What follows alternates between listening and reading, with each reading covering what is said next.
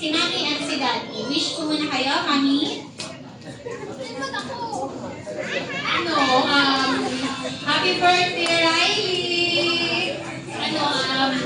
Di ba guys, wish ako na mga mo pa masyado may kaya. Yung basta lang, good health kang lagi. Nagdalaw ka ni Mami. At kay Ray naman, Ray! Alam mo na yan, ha? Okay, happy birthday, Ray!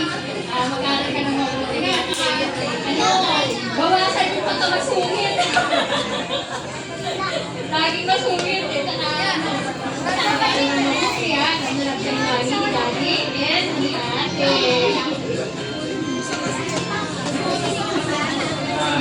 Ano naman ang wish ko kay Ray, kasama yung Riley. Isa lang naman yung gusto ko. Siyempre, patuloy dun sa paglaki nila, matapos sila ng pag-aaral, tapos hindi maganda yung buhay nila. Pinakahigit sa lahat. Higit sa lahat, gusto ko lumaki sila na ang Panginoon lamang yung kanilang pangahawakan sa buhay nila.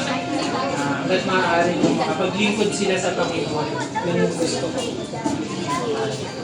Salamat. Alright, palakpakan naman natin si Mami and Daddy. And of course, hindi ako sorry bigyan ng junction. Ang wish lang namin sa inyo, Ray and Riley, always be jolly and healthy, like best friend Jollibee. Okay, bilang kayo ng 1 to 3.